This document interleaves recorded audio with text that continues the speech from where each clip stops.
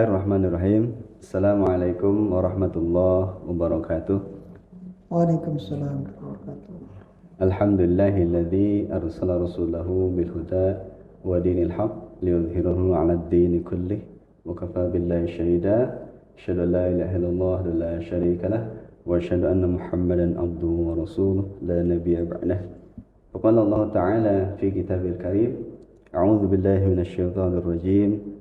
Bismillahirrahmanirrahim. Syahrul Ramadan alladzi unzila fihi al-Qur'an hudan lin-nasi wa bayyinatin minal huda wal furqan. Al-ayah. Sadaqallahul azim wa sadaqa rasulul habibul karim wa nahnu ala dzalika minasy syahidin wasyakirin walhamdulillahirabbil alamin. Alhamdulillah, puji dan syukur kita panjatkan kehadirat Allah Subhanahu wa taala. Hari ini kita masih diberikan nikmat oleh Allah Subhanahu wa taala bisa melaksanakan puasa dengan baik. Semoga amal-amalan puasa dan rangkaian ibadah Ramadan kita diterima oleh Allah Subhanahu wa taala. Amin ya rabbal alamin. Salawat dan salam semoga tetap terlimpah kepada baginda kita Nabi besar Muhammad sallallahu alaihi wasallam. Mudah-mudahan kita selaku umatnya mendapatkan syafaatnya di hari kiamat. Amin ya rabbal alamin. Baik, sahabat Al-Izzah TV yang berbahagia, kembali lagi dalam agenda podcast spesial Ramadan. Kali ini insyaallah Al-Izzah TV menyuguhkan beberapa program, diantaranya podcast ya, terkait amaliyah ataupun agenda-agenda Ramadan yang insyaallah akan sangat bermanfaat untuk kita semua.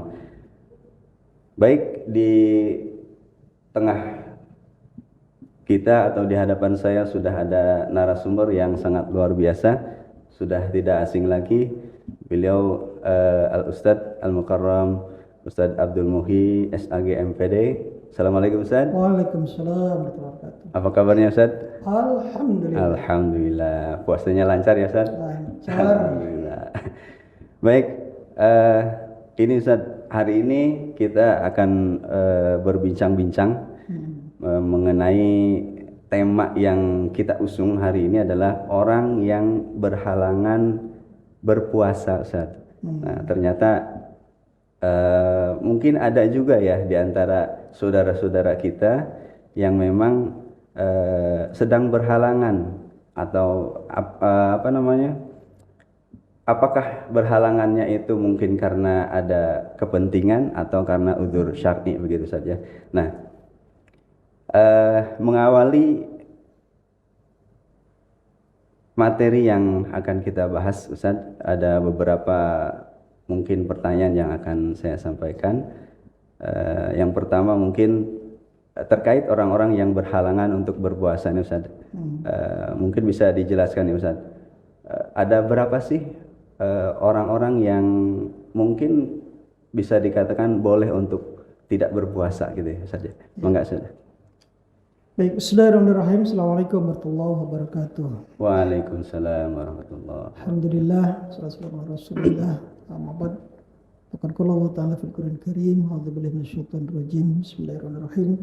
Ya ayyuhalladzina amanu kutiba alaikumus syiyamu kama kutiba alal ladzina min qablikum la'allakum tattaqun. Sadaqallahul azim. Sahabat Al-Izzah yang berbahagia, ada pertanyaan tadi ya.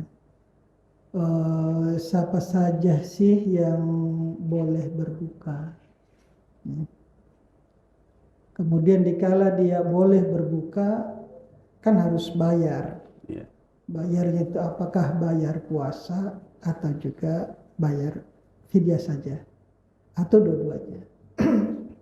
Mungkin ini merujuk dari surat Al-Baqarah ya, ayat 184 setelah Allah mengatakan ya ayyuhalladzina amanu kutiba alaikumus syiyam, ya ayat 183-nya 84-nya adalah ya ma'dudat faman kana minkum maridun aw ala safarin fa'iddatum min ayyamin ukhra.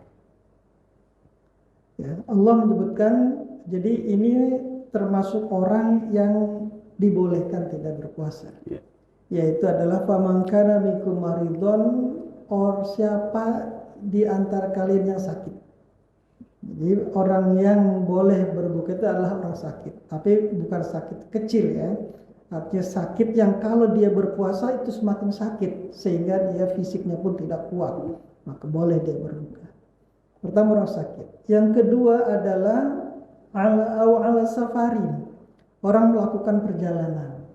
Ya mungkin mau mudik atau mau tamasya atau kemana saja dia, yang dalam perjalanan itu kalau dianggap itu melelahkan, memberatkan, boleh berpuasa. Nah, disebutkan dalam ayat ini mereka yang maridun, yang sakit, dan orang yang perjalanan, fa'iddatum min ayyamin ukhor. Ya, maka dia puasanya dihitungnya nanti di hari yang lain. Artinya di luar bulan Ramadan. Ya, dia bayar. Artinya bayar puasa. Ya, bayar puasa. Nah, itu satu sisi. Ya, satu sisi. Di sisi berikutnya Allah menyebutkan wa 'alal ladzina yutiqunahu. Ya, orang-orang yang berat melaksanakan puasa. Ya. Orang-orang yang berat melaksanakan puasa, fidyatul ta'amu miskin. Dia boleh tidak berpuasa, nanti setelah selesai Ramadan dia tidak bayar puasa, tapi bayar fidyah. Fidyatul ta'amu miskin. Dan bayar fidyah itu harus bentuk makanan, yaitu ta'am. Bayar fidyahnya adalah ta'am. Tidak bisa bayar fidyahnya itu, oh saya punya HP 2, kasih HP, kemudian apa gitu ya. Itu bentuknya ta'am. Ya, ta'am. Bagaimana kalau uang? Yang penting uangnya buat beli makanan. Jangan setelah dikasih kepada orang miskin ini dikasih uang, tapi ternyata uangnya buat beli bedak atau buat beli pulsa. Nah, jangan. Itu harus ta'am ya, dalam ayatnya jelas disebutkan fidyahnya adalah fidyatul ta'am. Untuk siapa? Miskin. Bayar fidyah itu berbentuk makanan untuk orang miskin. Nah, sahabat aliyah yang berbahagia, yang di kelompok dua ini, ya di sisi yang kedua ini, kalau sisi pertama tadi adalah fa'iddatun min ayyamin ukhor, dia bayar puasa. Siapa? Maridun dan safar, orang sakit dan orang perjalanan. Sedangkan yang bayar fidyah itu Al-Quran menyebutkannya adalah wa'alal ladzina yutiqunahu, orang yang berat melaksanakan puasa. Siapa orang-orang yang berat melaksanakan puasa itu? Ya. Muhammad Abduh, ya, yang dimuat juga oleh Said Sabiq di dalam kitabnya Fiqh Sunnah. Yang disebut alalladzina yutiqunahu itu adalah pertama orang-orang yang sakit yang tidak bisa diharapkan sembuh. Artinya sakitnya menahun. Ya. Orang yang sakit menahun, ya, karena walaupun dia selesai bulan Ramadan tetap masih sakit, maka itulah orang yang bayar fidyah. Pertama itu. Yang kedua, kata beliau, adalah orang yang tua, rentak. Kan orang tua nggak bisa balik lagi muda. Dikala dia ini sudah orang tua rentak, dan setelah selesai Ramadan pun tetap tua, nggak bisa muda. Ya, maka itu adalah orang yang cukup bayar fidyah. Ya, orang bayar fidyah. Kemudian disebutkan secara umumnya di sana juga Sayyid Qutb menjelaskan termasuk orang-orang yang dibolehkan puasa dan masuk orang yang berarti adalah perempuan lemah. Disebutnya adalah perempuan lemah. Nah, siapa sih perempuan lemah itu?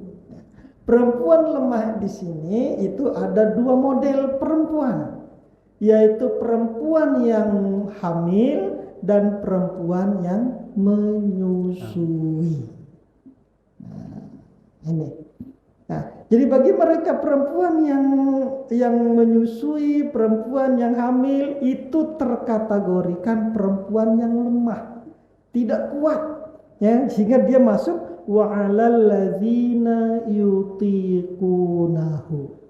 Nah, kalau ini perempuan ini yang lemah ini menyusui dan hamil ini masuknya wa 'alal ladzina yutiqunahu, ya, menurut Muhammad Abduh juga Sayyid Kutub itu, maka mereka boleh tidak puasa, ya, dan berbuka, serta nanti bayarnya itu cukup bayar fidyah. Nah, ini menurut pendapat Muhammad Abduh dan dikuatkan oleh pendapat Ibnu Abbas dan Ibnu Umar.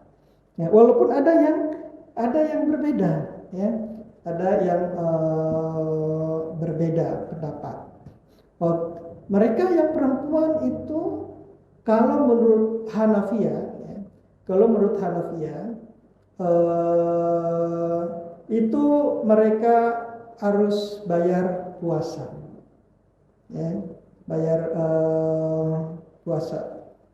Termasuk juga Imam Syafi'i, ya, Imam Syafi'i bayar puasa jika si perempuan menyusui atau yang hamil ini hanya mengkhawatirkan dirinya, ya, hanya mengkhawatirkan dirinya.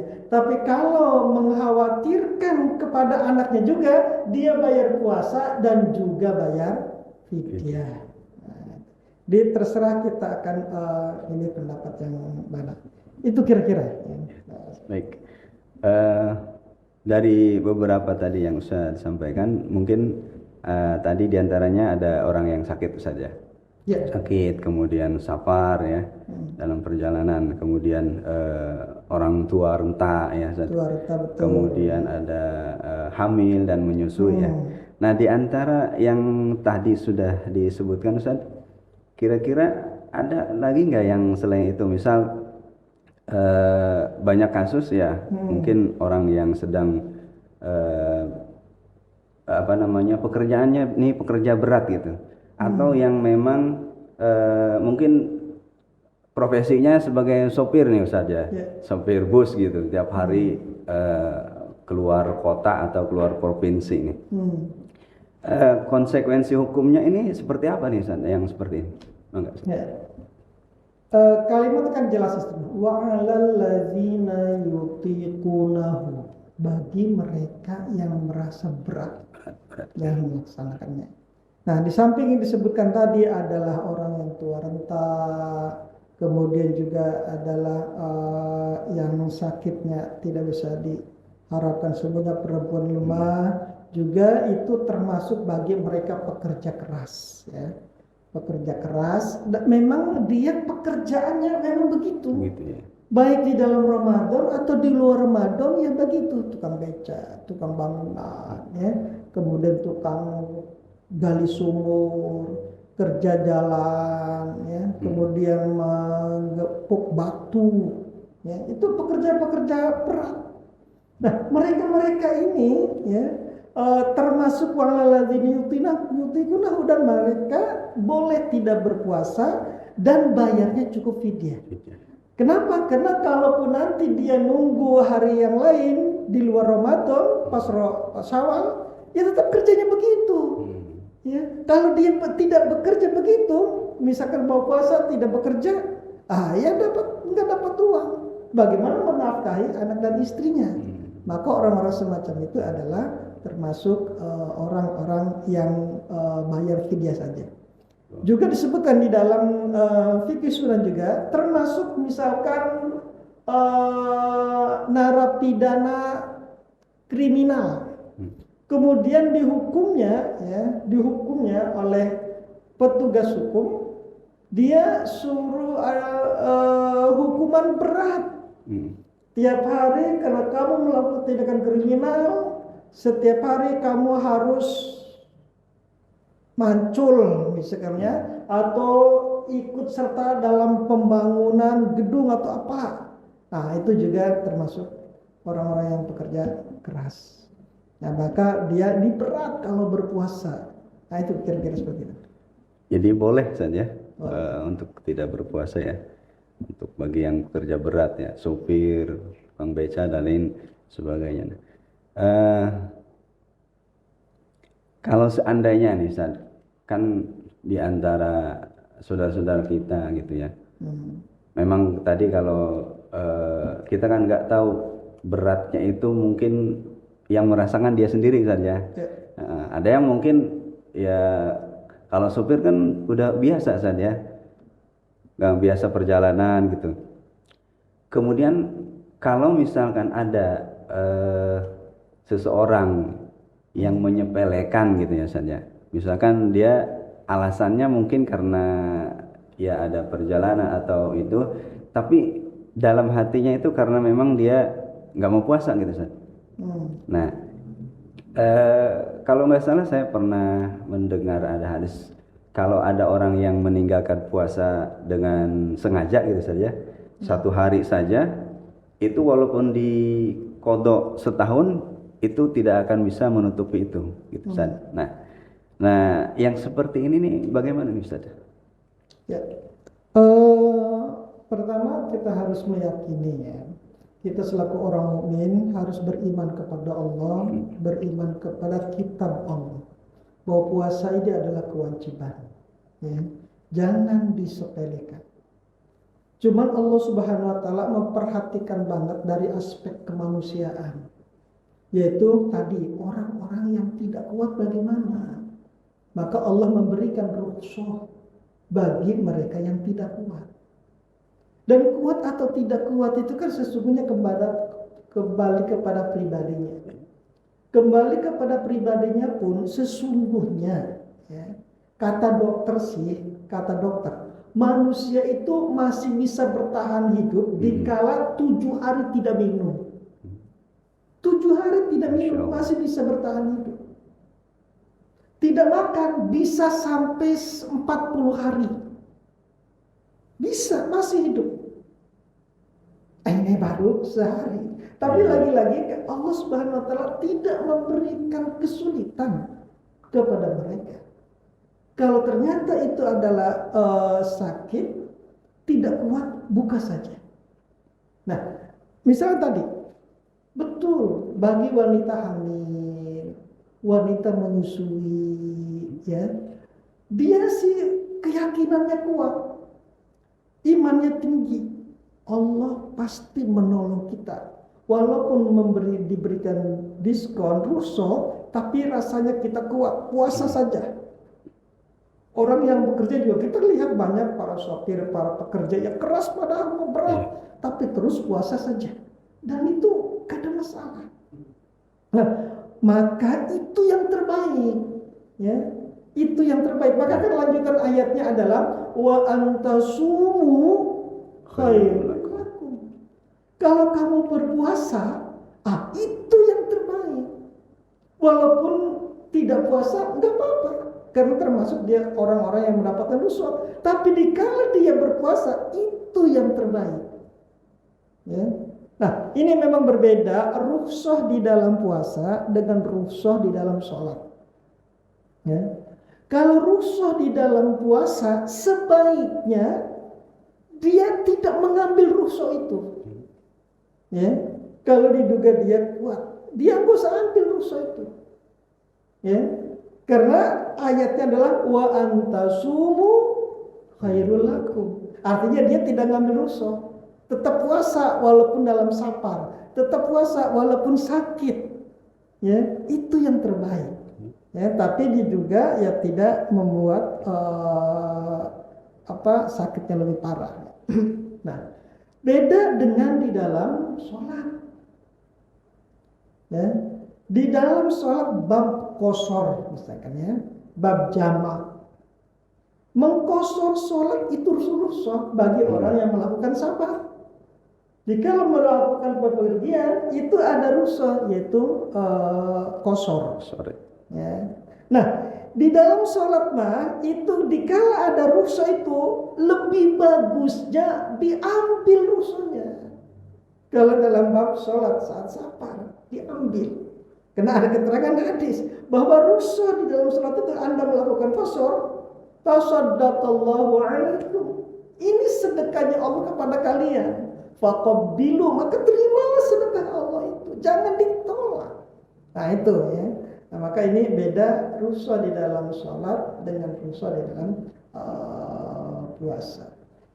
Kira-kira begitu. Masya Allah Ustaz.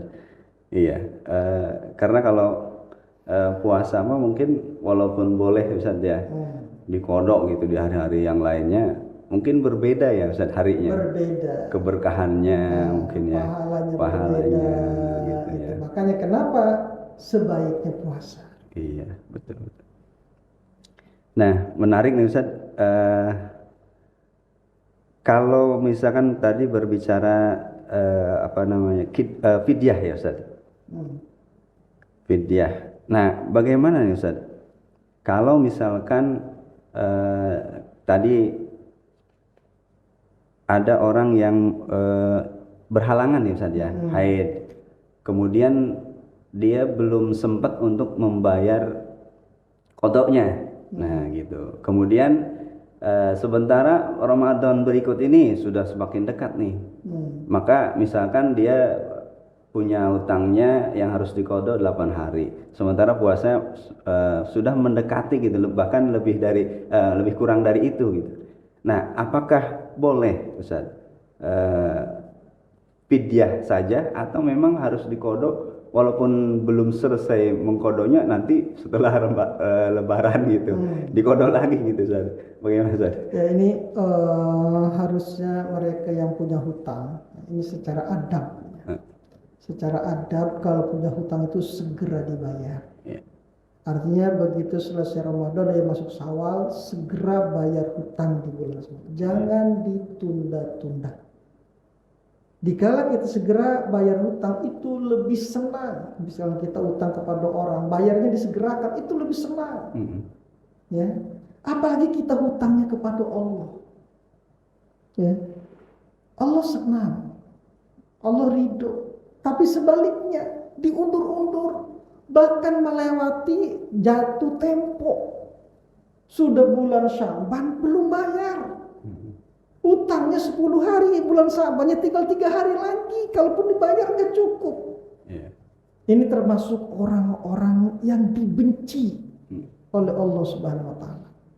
Terus bagaimana secara hukumnya kalau dia tadinya bayar kewajiban bayar puasa, dia hanya bisa bayar 3 hari saja. Maka yang 7-nya adalah harus tetap dibayar, cuman dengan fidyah. Cuman dia menanggung kebencian dari Allah Subhanahu wa Ta'ala. Karena dia menunda-nunda pembayaran hutang. Jadi maka pesannya kalau punya hutang, ya jangankan kepada Allah, ya, kepada manusia saja, kepada tetangga, kepada warung sebelah. Kalau kita nunda-nunda pembayaran, dia kurang senang. Tapi kalau kita segera bayar, wah senang banget. Kira-kira begitu. Jadi cukup sisanya dengan fidyah saja. Cuma konsekuensinya dia tetap dibenci oleh Allah Subhanahu wa Ta'ala ya. Berbicara fidyah nih Ustaz ya. Kan fidyah itu kan ukurannya ta'am miskin ya Ustaz ya. Itu mungkin berbeda-beda ya Ustaz. Kalau di Arab Saudi mungkin ukurannya berapa gitu, di kita berapa. Di antara para ulama itu kan kadang-kadang ada juga yang mencoba untuk membawa ke ukuran Indonesia gitu kan. Sebetulnya ukuran yang lebih realnya supaya tidak berbeda-beda gitu ya. Itu seperti apa Ustaz? Ya, ini memang sekali lagi terkait dengan bayar fidyah itu berapa, ini berbeda-beda. Dalam hadis memang ada disebutkan ada yang 1 so, ada yang 1 mu. Ukuran 1 so itu ada yang mengukur perkiraannya itu kalau beras sekitar 7 on katanya. Ya. Sekitar 7 on karena kan hanya di genggaman dan kemudian sampai sini ya. Jadi kira-kira yang orang gede pun paling sekitar 7 on. Taruhlah dibulatkan 1 kilo. Berarti dia mengeluarkan 1 kilo beras. Itu versi pertama ya. Maka kalau dia punya hutang 2 hari, bayarlah 2 kilo. Ya. Nah, tetapi ada yang berpendapat bahwa ngasih makan orang miskin itu tentu tidak cukup beras doang. Iya. Ya, tidak cukup beras doang, maka itu sepaket. Jadi ngasihnya adalah satu piring, tapi di piring itu tidak hanya nasi doang, ada sayurnya, ada dagingnya, ada ayamnya, ada dan lain-lainnya. Iya. Itu ada yang menyatakan seperti itu. Ada juga versi lain, lah biar tidak begitu sulit, diuangkan saja. Tapi uangnya untuk beli makanan. Ya, jangan jangan ngasih uang tetapi ternyata uangnya tidak jadi makanan. Nah, itu yang menerima tentunya ya, itu yang jadi. Nah, oleh karena itu sahabat Aliza, pilih yang terbaik, pilih yang termudah buat kita seperti apa. Ya, karena memang aturnya tidak baku begitu. Mungkin yang lebih murah adalah yang lebih mudah adalah dengan pakai uang. Dan pakai uang pun itu berbeda tergantung kita makannya itu. Kalau makan satu porsi yang berapa? Karena kan ada kalau di warteg mungkin cukup 15.000. Bahkan ada makan cukup dengan 10.000 padang. Paket padang. Ya, Hemat. ada orang yang makan itu 15.000 itu enggak masuk.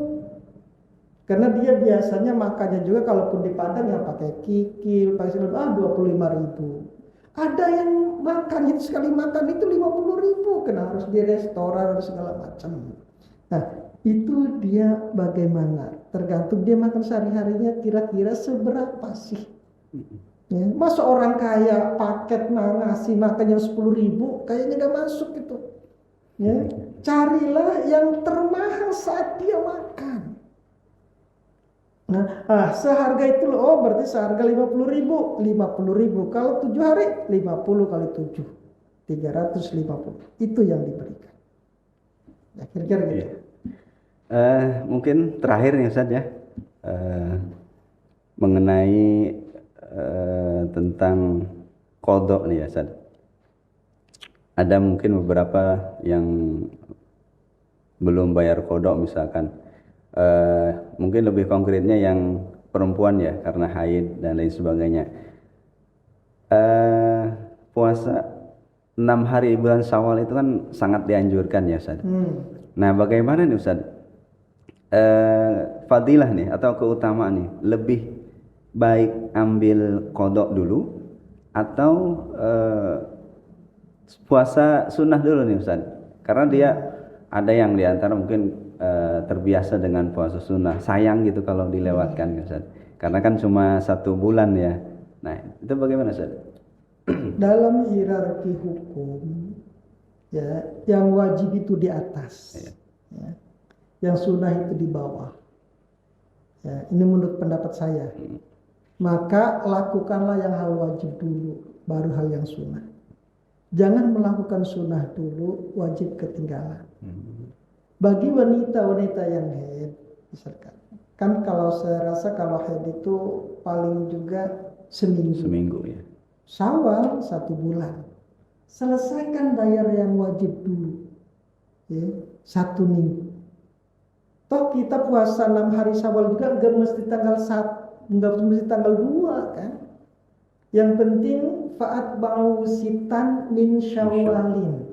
Ikuti 6 hari dari bulan Syawal, walaupun tidak di pertama, mungkin di pertengahan atau di akhir. Kenapa sih Rasulullah mengatakan begitu? Karena paham ada orang yang ketinggalan, yang dia belum bayar puasa, maka dia puasa wajib dulu. Itu menurut saya. Harus yang wajib dulu, baru yang sunnah. Jangan sunnah dulu, kemudian wajib. Ya. Baik, jazakallahu Ustaz. Alhamdulillah bincang-bincang kali ini mengenai orang-orang yang diperbolehkan ya untuk tidak berpuasa. Alhamdulillah materinya cukup jelas Ustaz. Jazakallahu khair.